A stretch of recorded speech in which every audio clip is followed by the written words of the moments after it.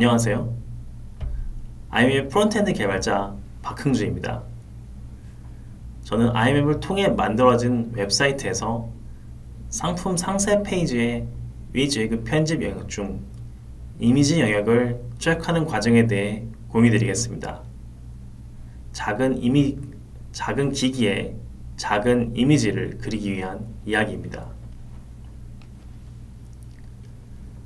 우리는 굉장히 다양한 사이즈의 클라이언트 기기로 웹페이지를 봅니다. IMAP 기반의 사이트에 상품을 구매하러 오는 고객들도 마찬가지인데요.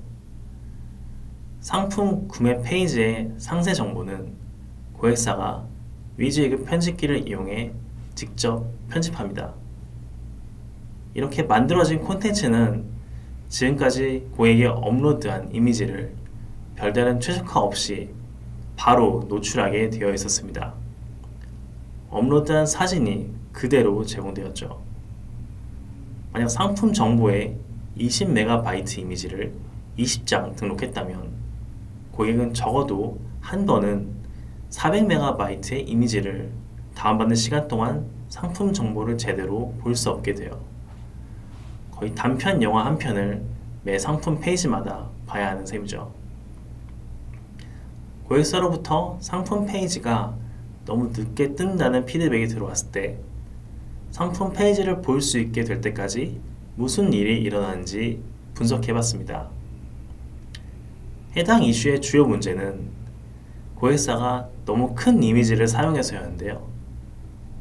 상품 정보를 편집하는 영역에서 사용하는 위즈웨그 편집기에서 파일을 업로드하면 웹 서버 설정에 의해 파일의 용량 제한만 있고 이미지의 크기를 줄이거나 하지는 않았습니다. 고객사가 보여주고자 하는 그대로 컨텐츠를 보일 수 있게 하기 위한 설계였던 것 같아요. 그렇다고 해도 아이폰과 같은 작은 화면에서조차 2억 화소가 넘는 커다란 이미지를 보여줄 수는 없다고 팀에서는 판단했습니다. 지금 제가 말하는 이 순간에도 IMAP에는 계속 새로운 이미지가 업로드되고 있습니다. 이런 상황에서 어떻게 기기별로 적절한 사이즈의 이미지를 모바일 기기에 전달할 수 있을까요? 프로젝트 초기라면 그간 업로드된 모든 이미지를 여러 크기를 가진 이미지로 미리 변환해서 사용할 수 있도록 하는 방법을 적용할 수도 있을 거예요. 그렇지만 어느 정도 궤도에 올라 계속 성장 중인 서비스에서 그러한 방법은 현실적으로 불가능합니다.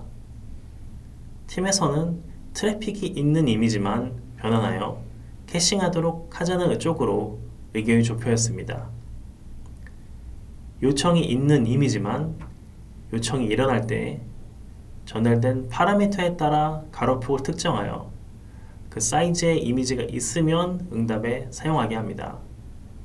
아직 없다면 원본으로 응답하면서 내부적으로 이미지 변환 큐에 등록해 해당 폭으로 이미지를 변환해 저장하는 방식이죠. 다시 말하면 on the fly 방식의 API를 개발해 사용하자는 것입니다. 가로폭이 500픽셀인 이미지에 대한 요청이 발생할 때 이 가로폭의 이미지가 캐시에 있다면 바로 CDN 단계에서 처리되도록 하고 없다면 먼저 원본을 제공하면서 내부적으로는 500픽셀의 이미지로 변환하여 버킷에 담아 준비해 놓는 방식입니다. 이후에 500픽셀 사이즈의 이미지 요청이면 방금 변환된 500픽셀 가로폭의 이미지가 응답으로 사용됩니다. IMAP에서 사용 중인 브레이크 포인트를 조사하여 이미지들의 적절한 폭이 미리 설정되었습니다. 이제 브라우저에서는 간편하게 기기의 폭에 맞는 이미지를 획득할 수 있는 방법이 생긴 것이죠. 이미지 크기도 줄고 이미지 파일 용량도 줄고 당연히 이미지 응답 시간도 짧아지고 이제 이를 적용하는 단계만 남았습니다. 저는 하지만 다른 문제에 직면했습니다. 혹시 위즈위그의 철자에 대해 궁금하신 적이 있으신가요? 매번 철자를 틀려서 저는 구글링 하는데요. What you see is what you get의 약자입니다.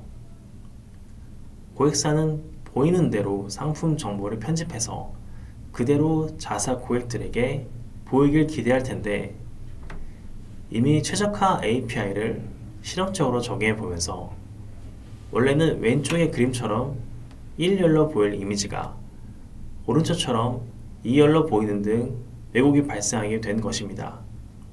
이 문제를 해결해야 했어요. 원래는 10의 영역을 차지할 이미지가 폭이 작아지면서 2 내지 3의 영역만 차지하게 되고 전체적인 레이아웃이 깨지기 시작했습니다.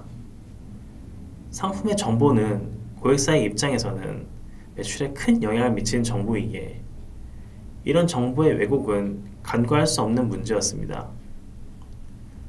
원인은 이미지의 원본 크기를 바로 알 수 없다는 데에 있었습니다. 업로드한 이미지의 크기가 어디에 저장되는지 비즈니스 로직을 면밀히 살펴봤지만 그러한 정보는 데이터베이스 어디에도 남아있지 않았습니다. 업로드한 이미지에 대한 URL 뿐이었죠. 유일의 크기 정보가 남아있는 상황은 고객사가 상품 정보를 편집할 때 직접 이미지의 크기를 마우스 드래그로 설정했을 때 뿐이었습니다. 원본 이미지가 웹페이지에 그려진 영역과 동일하게 크기가 작아진 이미지로도 원본과 같은 크기의 영역을 차지할 수 있도록 해야 했습니다. 원본 이미지의 크기가 필요했습니다. 언뜻 이해가 안 가실 수도 있을 것 같아요. 원본 이미지가 남아있으면 그 이미지의 크기도 알 수 있는 것 아닌가? 맞습니다. 브라우저가 원본 이미지를 서버로부터 일단 전달받기만 한다면요. 그 전까지는 이미지가 어느 정도의 크기로 웹페이지에 그려질지 알 수 없습니다. 하지만 저희 팀은 상품 정보가 늦게 뜨는 문제를 해결하고자 한 것이기 때문에 만약 그렇게 되면 원본 이미지를 불러오는 데에 걸리는 지연 시간에 작아진 이미지를 불러오는 데에 걸리는 지연 시간이 추가될 것입니다. 그 문제를 해결했다고 보기 어려웠습니다. 작아진 이미지를 올바르게 표시하기 위해 원본 이미지를 요청해야 하는 상황, 더구나 온더플라이 API를 활용하면서 브라우저는 해당 이미지의 응답을 받기 전까지 이 이미지가 최적화되어 크기가 작아진 이미지인지 아직 최적화가 이루어지지 않아 원본 이미지일지 알 수 없는 상황 또한 해결이 필요했습니다. 팀에 상황을 공유했어요. 혹시 슈레딩거의 고양이를 아시나요? 상자를 열기 전까지 죽었는지 살았는지 생사를 확인할 수 없는 유명한 녀석이죠. 마침 저는 그날 슈레딩거의 고양이가 그려진 티를 입고 갔는데요. 티의 그림을 가리키며 우스갯소리로 팀의 엔지니어 분께 이렇게 얘기했습니다. 현재 API가 슈레딩거의 고양이가 되어버렸다. 그리고 원본을 알 수 없어 기존의 상품 정보 레이아웃을 유지할 수 없는 상황도요.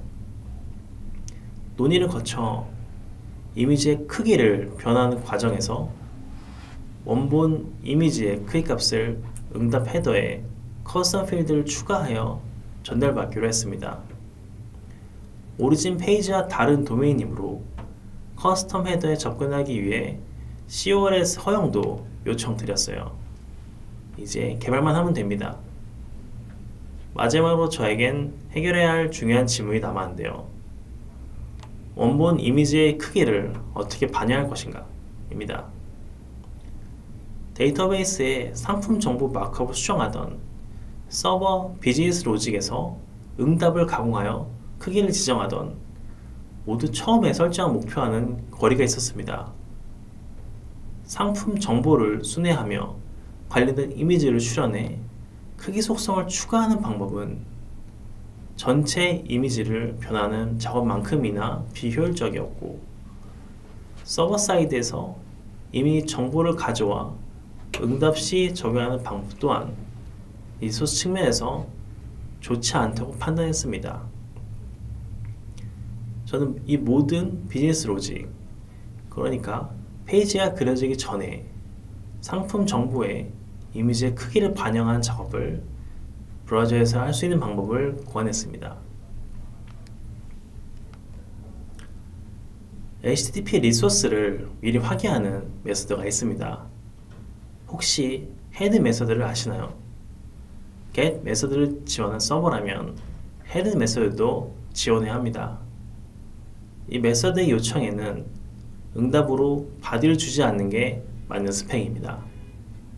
그래서 브라우저도 이 바디의 청크를 처리할 필요가 없죠. 물리적인 수준에서 이미지의 파일 용량에 전혀 영향받지 않는 응답 시간을 기대할 수 있습니다. 이 헤드 메서드를 활용해서 저는 주요 목적이었던 원본 이미지의 크기를 커스텀 헤더 필드에서 획득할 수 있었죠. 다음은 이미지가 그려지기 전에 그려진 크기를 확정 지어야 했습니다. HTML 태그 중에 저는 템플릿 태그를 주목했어요. 이 마크업 요소는 브라우저가 렌더링하지 않지만 프로그래밍 쪽으로 접근하여 수정이 가능합니다.